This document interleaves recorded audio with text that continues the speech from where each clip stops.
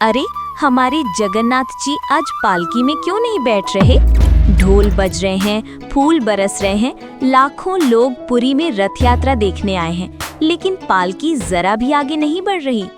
क्या आपने भी कभी महसूस किया है कि आपकी जिंदगी जैसे एक ही जगह अटक गई है? आज की ये कहानी बताएगी कि जब रास्ता बंद लगे तब भी एक बेहतर रास्ता मौजूद होता है। तो आज मैं आपको सुनाऊंगी ये मजेदार और अनसुनी कथा, जिसमें भगवान जगन्नाथ खुद एक माँ के बेटे की जान बचाने के लिए पालकी छोड़कर साधारण बच्चे बनकर आ जाते हैं। पुरी में आज रथ यात्रा थी। रुक्मिणी नाम की एक गरीब लेकिन बहुत बड़ी भक्त कई सालों से इस दिन पालकी सोहला देखने का सपना देखती आई थी। उसने मन्नत मांगी थी कि इस साल भगवान जगन्नाथ के दर्शन जरूर करेगी। लेकिन उसी सुबह उसके बेटे की तबीयत अचानक बहुत ज्यादा बिगड़ गई। सीने में तेज दर्द, सांस फूलना और बार बार बेहोशी। रुक्मिणी घबरा गई। वो उसे उसी अस्पताल ले जाने लगी जहां वो अक्सर चेकअप के लिए जाते थे।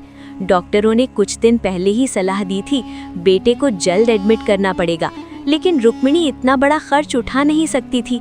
आज हालत इतनी बिगड़ चुकी थी कि अब और टालना मुमकिन नहीं था। रुक्मिणी कांप गई।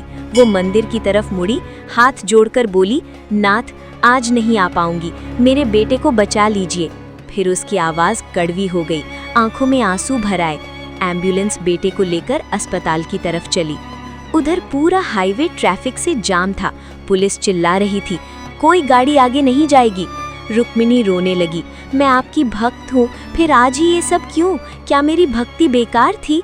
वो गुस्से में बड़बड़ाई, अगर आप भी मेरी मदद नहीं करेंगे तो मैं किससे मदद मांगू? पुरी में रथ यात्रा का दिन था। ढोल बज रहे थे, शंख गूंज रहे थे, फूल बरस रहे थे। जय जगन्नाथ! हर तरफ खुशियां थी। शुभ मुहूर्त आया, द्वार खुले, रस्सियां खिंची, लेकिन पालकी नहीं हिली। एक बार, फिर दूसरी बार, फिर तीसरी बार, कुछ नहीं। भीड़ चुप हो गई, मुस्कान गायब हो गई। किसी ने धीमे से कहा, ये क्या हो रहा है? ढोल थम गए, हवा भारी हो गई और खुशी अचानक डर में बदल गई। पालकी मंदिर में ही रुक गई थी। उसे देखने के लिए लोग उमड़ पड़े और इसी वजह से शहर भर में ट्रैफिक जैम हो गया। एम्बुलेंस फंसी थी, हॉर्न, चीखें, सायरन, लेकिन गाड़ियां टस से मस नहीं। रुक्मिणी टूट चुकी थी। उसने खिड़की से बाहर देखकर चिल्लाया, हे जगन्नाथ, आप ही मेरे दुश्मन हो गए हो क्या? आप नहीं जानते माँ का दर्द क्या होता है, या जानबूझकर मेरी परीक्षा ले रहे हो? तभी सड़क किनारे से एक सांवला सा बच्चा एम्बुलेंस के पास आया। बड़ी गोल आंखें, शांत मुस्कान। उसका नाम था जग्गू। जग्गू बोला, माँ, इस रास्ते से मत जाओ। रुक्मिणी फट पड़ी, चुप कर, मेरा बेटा मर जाएगा। जग्गू बोला, अगर इसी रास्ते से गई तो आज सर्जरी नहीं हो पाएगी। ड्राइवर घबराया, और कोई रास्ता नहीं है? जग्गू बोला, एक कच्चा शॉर्टकट है, जंगल के पास वाला। रुक्मिणी चीख पड़ी, तू कौन होता है मेरी किस्मत बताने वाला? ड्राइवर बोला, मैडम, बच्चा अजीब बातें कर रहा है। जग्गू बोला, जंगल के पास एक कच्चा शॉर्टकट है। रुक्मिणी तड़प कर बोली, बस चुप रह, तेरी बातें सुनकर मेरे दिल की धड़कन और बढ़ रही है। ड्राइवर और रुक्मिणी को उस बच्चे की बात पर भरोसा नहीं था, लेकिन बेटे की हालत बिगड़ती देख मजबूरी में उन्होंने उसी कच्चे शॉर्टकट की ओर गाड़ी मोड़ दी। उधर पुरी में अफरा तफरी मच गई थी। पालकी अब भी जड़ की तरह खड़ी थी। रस्सियां खींची गईं, पहलवान बुलाए गए, लकड़ी के रोलर लगाए गए, लेकिन जगन्नाथ जी हिले ही नहीं। एक बूढ़ा सेवक बुदबुदाया, प्रभु, कहीं गए हैं। राजा का चेहरा उतर गया। अगर आज यात्रा नहीं चली तो भारी अनर्थ होगा। सेवकों में सरसराहट फैल गई। लगता है प्रभु किसी अपने भक्त के काम से गए हैं। और वहां रुक्मिणी अस्पताल पहुंची। ड्राइवर हैरान, इतनी जल्दी कैसे? डॉक्टर दौड़ कर आए, बच्चे को अंदर ले गए। कुछ देर बाद डॉक्टर बोले, ऑपरेशन अभी शुरू कर रहे हैं। रुक्मिणी जमीन पर बैठ गई, रोते रोते बुदबुदाई, अगर मेरे बेटे को कुछ हुआ ना नाथ, तो आज के बाद मैं आपसे कभी बात नहीं करूंगी। आप मेरे लिए मर चुके होंगे। तभी रुक्मिणी का फोन बजा। पहले वाले अस्पताल के डॉक्टर बोले, आज मशीन फेल हो गई है, यहाँ ऑपरेशन असंभव है। रुक्मिणी चौंक गई। वो जग्गू को ढूंढने लगी। फिर डॉक्टर ने कहा, आपका बेटा पूरी तरह सुरक्षित है। रुक्मिणी की आंखों से आंसू बह निकले। नाथ, आपका शुक्रिया।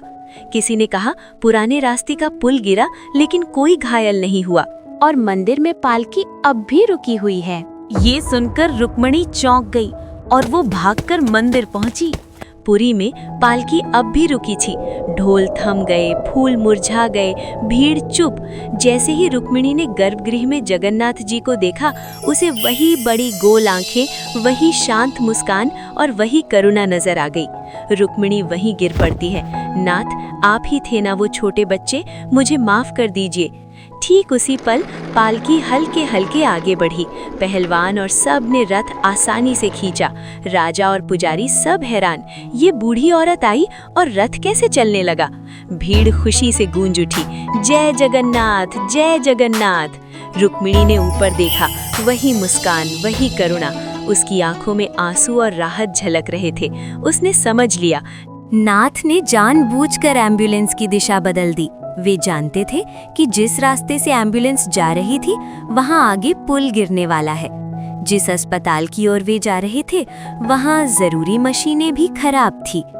इसलिए नाथ उसे उस मार्ग पर ले आए जहां उसका बेटा सुरक्षित रह सके और उसका जीवन बच सके। नाथ ने उसकी सभी इच्छाएं पूरी कर दी।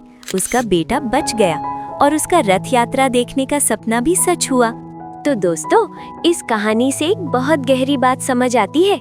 जैसे जगन्नाथ जी ने रुक्मिणी की मदद चुपचाप की, वैसे ही जिंदगी में भी समाधान अक्सर अनपेक्षित तरीकों से आते हैं। जब हालात आपके कंट्रोल में ना हो, घबराइए मत, शांत रहें और उन मौकों पर ध्यान दीजिए जिन्हें बाकी लोग मिस कर देते हैं। कभी-कभी वही एक छोटा सा शॉर्टकट आपकी पूरी जिंदगी बदल देता है। याद रखिए, जो होता है वो हमेशा अच्छे के लिए होता है। शायद आज आपकी जिंदगी में भी कोई जग्गू खड़ा हो, बस आप उसे पहचान नहीं पा रहे हो। और अगर कहानी अच्छी लगी हो तो लाइक जरूर करें और ऐसी प्रेरक कहानियों के लिए सोलफुल कर्मा चैनल को सब्सक्राइब करें। जैसा कि हम सब जानते हैं, जगन्नाथ को भगवान विष्णु का पूर्ण रूप माना जाता है और विष्णु जी ने धरती पर 10 अवतार लिए।